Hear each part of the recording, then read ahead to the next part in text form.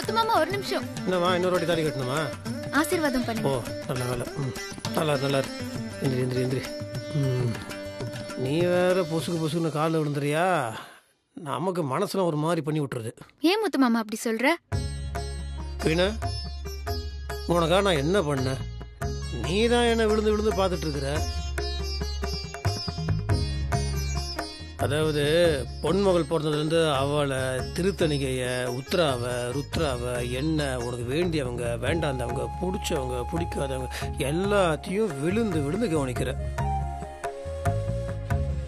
நியாயமாக பார்த்தா நாங்கள் எல்லாம் சேர்ந்து உனக்கு கோவில் கட்டி உனக்கு கும்பிடணும். நீ என்னடானா என் காலை விழுற. இதுக்கெல்லாம் உனக்கு நான் எப்படி வாயில் நன்றி சொன்னால் பத்தாது.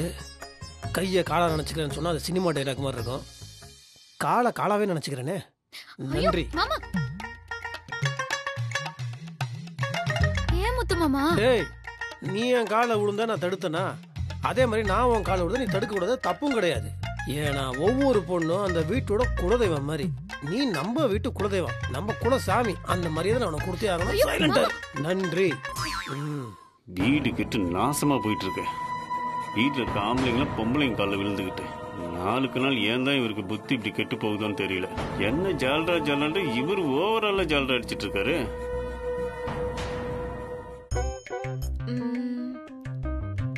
ஏன் தாலி கயிறும் கொஞ்சம் பழசான மாதிரி தான் இருக்கு.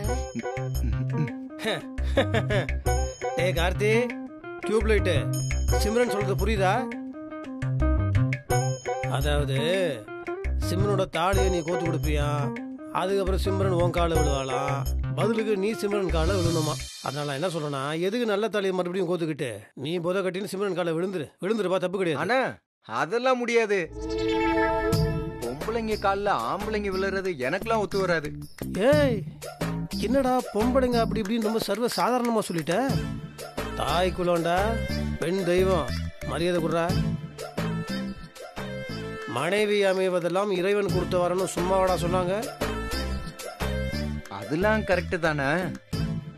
இருந்தாலும் என்ன இருந்தாலும் இல்லைனாலும் இழுக்கிற. டேய், இந்த மேல் சாமனிசம் சொல்றாங்க தெரியுமா, அதெல்லாம் நம்மளுக்கு இருக்கக்கூடாது. ஆணும் பெண்ணும் ஒண்ணுடா. பெண்களை கையெடுத்து கும்பிடணும். அவங்க எவ்வளவு சாக்ரிஃபைஸ் பண்றாங்க தெரியுமா? டேய், அவங்க பிறந்து வளர்ந்ததுலாம் வேற ஒரு வீடுடா. கல்யாணத்துக்கு அப்புறம் நம்ம வீட்டுக்கு வந்ததுக்கு அப்புறம் அவங்களோட வெறுப்பெல்லாம் விட்டுட்டு நம்ம வீட்டுக்கு ஏற்ற மாதிரி மாறி புருஷனை பார்த்துக்கிட்டு, குழந்தைங்களை பார்த்துக்கிட்டு, புருஷனோட சொந்தங்களை பார்த்துக்கிட்டு, அவங்களுக்கு வேண்டியதெல்லாம் பண்ணி கொடுத்துட்டு எவ்வளவு விஷயங்கள்டா. ஒரு எக்ஸாம்பிள் கொடுக்கட்டுமா டைரக்டர்? கல்யாணத்துக்கு முன்னாடி ஒவ்வொரு பொண்ணுக்கும் அப்பாவோட பேர் தான் இனிஷியலா இருக்கும். கல்யாணத்துக்கு அப்புறம் புருஷனோட பேர் தான்டா கூட இருக்கும். ஏன் இப்ப வெண்ணிலாவை எடுத்துக்கோ. வெண்ணிலாவோட குலதெய்வம் வேற ஏதோ ஒரு சாமி.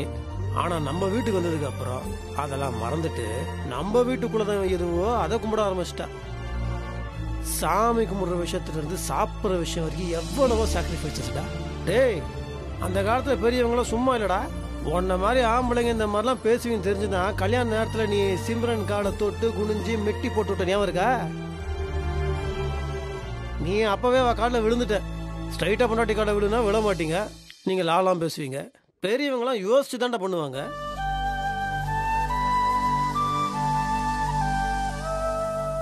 அது மட்டும் கிடையாதுடா. அந்த காலத்துல மனைவியோட புருஷன் ஒரு 10 வயசு அதிகமாக தான்டா இருப்பாங்க. அது ஏன்னா ஒரு வேளை புருஷன் தவறிட்டாருன்னா அந்த குடும்பம் நடுத்தருக்கு வந்துடக்கூடாது. அந்த மனைவின்ற பெண் தெய்வம் அந்த குடும்பத்தை காப்பாற்றணுன்றதுக்காக தான். குடும்ப தலைவன் மட்டும் முக்கியம் கிடையாதுடா, குடும்ப தலைவையும் முக்கியம். அந்த குடும்ப தலைவி மட்டும் கரெக்டா இருந்தா அந்த குடும்பமே சூப்பரா இருக்கும்டா. அந்த குடும்பத்தை காப்பாற்ற காவல் தெய்வம்டா, சாமிடா. அவங்கள பொம்பளை எல்லாம் பேசிட்டு இருக்கிற அடி வாங்க போற. நீ யாரோட புத்திட்ட வந்துருச்சு உனக்கு திடீர்னு? அண்ணா சத்தியமா சொல்றேண்ணா, இது வார்த்தையாலேயே எங்களை ஓங்கி அரைஞ்ச மாதிரி இருந்துச்சுண்ணா. யாரா இருந்தாலும் இதுக்கு மேல பொண்டாட்டியோட அருமையை பத்தி தெரிஞ்சுக்காம இருந்தா அவங்க எதுக்குமே லாய்க்கில்லைன்னு தானே அர்த்தம். கரெக்டு. சில பேருக்கு அது புரியவே மாட்டேங்குதே. மர மண்டைங்களா இருக்குதுங்களே.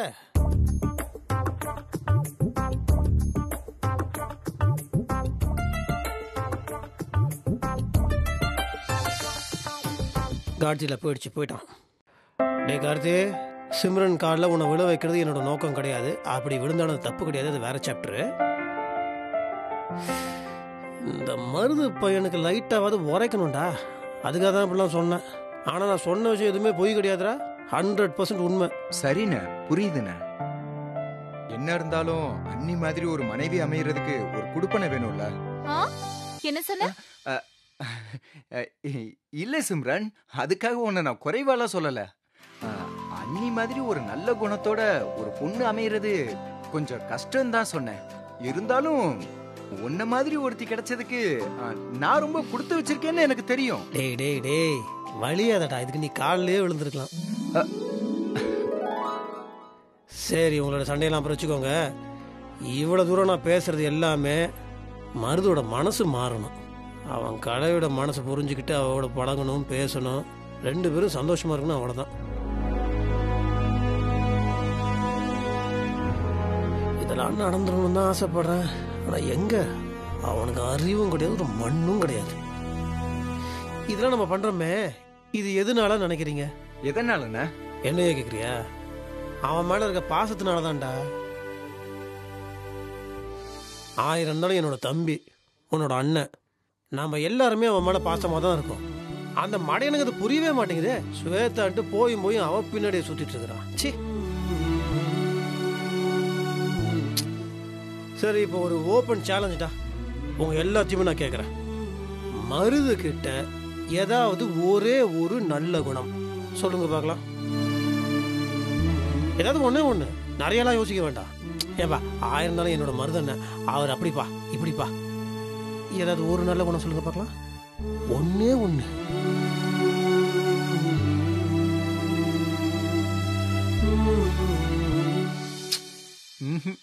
இல்லண்ணா.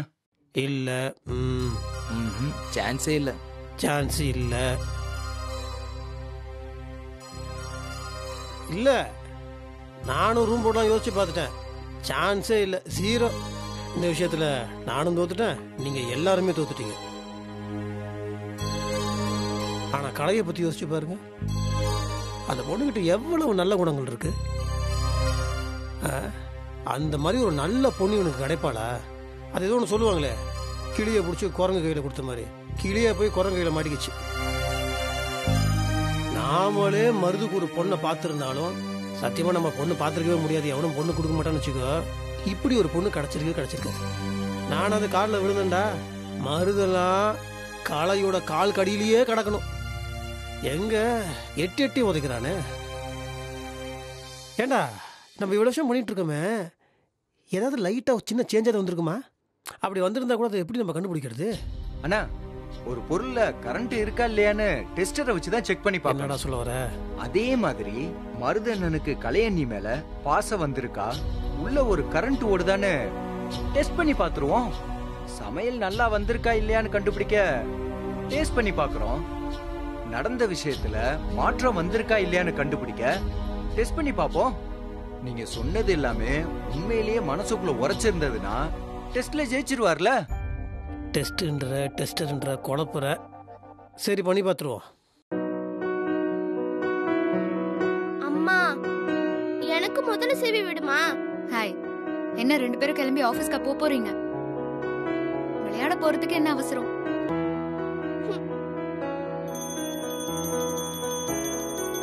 அங்காளம்மா, அங்காளம்மா தாயே, கருமாரியம்மா, முத்துமாரியம்மா. இது நீ உள்ளே போய் உருண்டுருக்கலாமே. அம்மனோ சாமியோ அத்த மகள். சூப்பர்ப்பா. இன்னைக்கு என்ன செய்தின்னு நான் பேப்பர்ல பார்க்கணும்.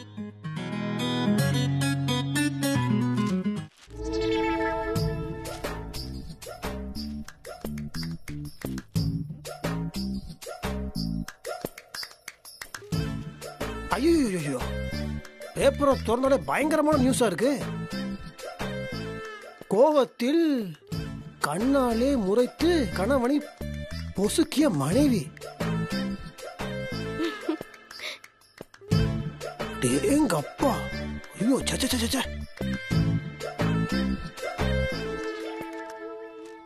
இந்தங்க நீ பூ. ஐயோ, இப்பதான் நான் தலை பின்றதுக்கு கை வச்சிருக்கேன். அதோட நான் பூல கை வைக்க முடியாது. என் கை வேற என்ன பிசுக்கா இருக்கு. எங்க 3 பேருக்கான பூவை எடுத்து அங்க வச்சிரு. நான் அப்புறமா கை கழுவிட்டு வச்சுக்கிறேன்.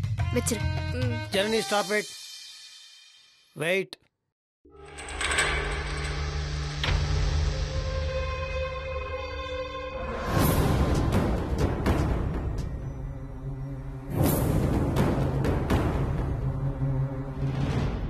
என் பொண்டாட்டி என் பொண்ணுங்களுக்கு வேணா பூ வச்சு விடட்டும்.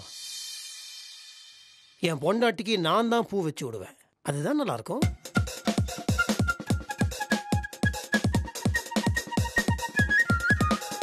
ஐயோ, என்ன முத்து மாமா நீ? என்ன முத்துமாமா ஒன்ன முத்துமாமா? என் பொண்டாட்டிக்கு நான் பூ வச்சு விடுவேன். யார் என்ன கேட்கறது? Any objection? அட என்னண்ணா, நாங்க என்ன கேட்க போறோம்? தாராளமா வச்சு விடுங்க. ஆமா மாமா, அசத்துங்க. எப்படி அசத்துறன்றதை மட்டும் பாருங்க மாப்பிள்ள. ஷோ மீ தி பூ. கோ. நீ திருவுக்கண்ணா.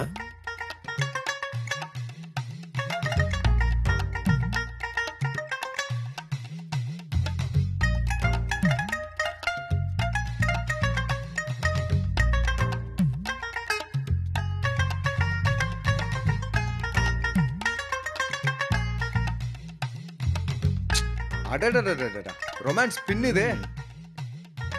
நாங்கெல்லாம் உங்களை பார்த்து பாடம் பிடிச்சுக்கணும் போல இருக்கு. எப்ப பார்த்தாலும் இந்த வீட்டில் ஏதாவது ஒரு ட்ராமா பண்ணிட்டே இருக்கிறது தான் இவங்களுக்கெல்லாம் வேலையா போயிடுச்சு. நமக்கு ஆக்ஷனும் வரணும், ரொமான்ஸும் வரணும். சும்மா காட்சியில மாதிரி மறைச்சிட்டே இருக்க கூடாது. ஏ ஜனனி இரு, இதெல்லாம் பார்த்ததுக்கு அப்புறம் நான் உனக்கு பூ வைக்காம இருக்க முடியுமா? நான் வச்சு விடுறேன். இங்க கூட அதுதான். சரி வைங்க.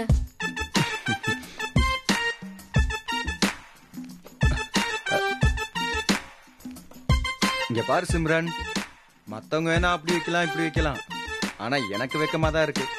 அப்படியா? அப்ப நாங்க வேணா கண்ணை முடிக்கிறோம், இல்ல திரும்பி நின்னுக்கிறோம். நீ வச்சு விடு. வச்சு விடுங்க கார்த்திக்.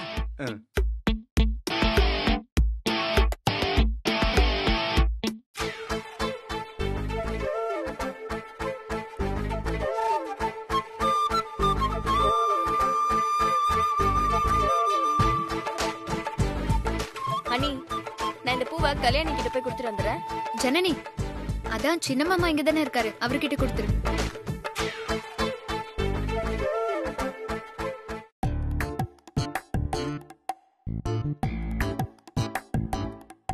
அண்ணே இந்தாங்க, இதை கொண்டு போய் கல்யாணி கிட்ட கொடுங்க. நான் ரூமுக்கு போல, அது நான் வெளில போறேன். ஹே ஹே ஹே ஹே மிஸ்டர் சந்திரமுரளி, நவரசனாங்கன் கார்த்திக் மாதிரி அதெல்லாம் பண்ணுங்க. போட. உன் பொண்டாட்டி பூ வச்சு விட மாட்டியா? அவ பாவம் உனக்கு எவ்வளவு வேலை செய்யறா. சாருக்கு கௌரவம் குறைச்சலோ. ஒழுங்கா கலைக்கு பூ வச்சு விடு போ. இந்தாங்க.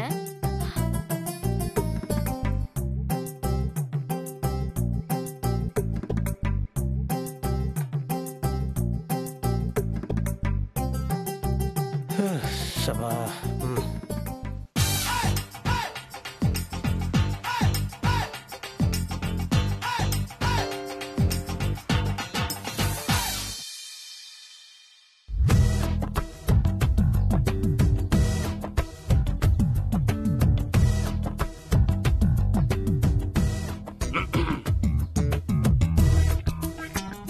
என்ன கூப்பிட்டா காது கூட கேட்காதா?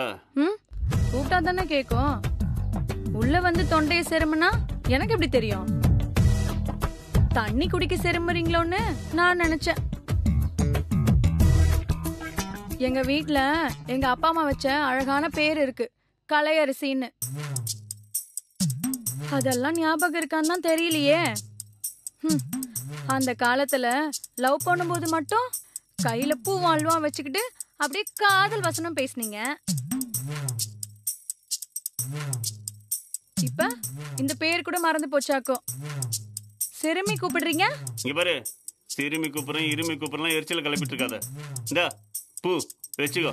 இங்க பாருங்க, வெளியில நடந்ததெல்லாம் பாத்துட்டு தானே இருந்தீங்க. என்ன சொல்ற?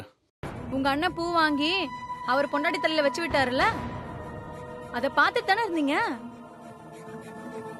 நானும் இங்க வேலை பார்த்துட்டு தான் இருக்கேன். நீங்களும் அதே மாதிரி வச்சு விட்டா என்ன? ஓ அதையெல்லாம் பார்த்துட்டு தான் எதிர்பார்ப்போட நீங்க திரும்பி நின்று துணியை மடிச்சிட்டு இருக்கீங்களோ? இங்க பாரு, அந்த மாதிரி ஆளு நான் கிடையாது. ஒரு விஷயம் நல்லா புரிஞ்சுக்கோ, மருது வேற மாதிரி. அவரை மாதிரி என்னென்ன பொண்டாட்டி தாசன் நினைச்சியா? பூ வச்சு விடுறது, சோறு ஊட்டி விடுறது, காலில் விழுறதுன்னு பாக்குறதுக்கே கண்ணு கூசுது. ஆம்பளைங்க பண்ற காரியம் அது. இவரு இந்த மாதிரி எதிர்பார்ப்போட இருந்த அவ்வளவுதான் சொல்லிட்டேன். உனக்கு என்ன, இவனுக்கு சோறு போடுறோம், துணி துவைச்சு போடுறோம் அப்படின்னு நினைப்பு வரியா?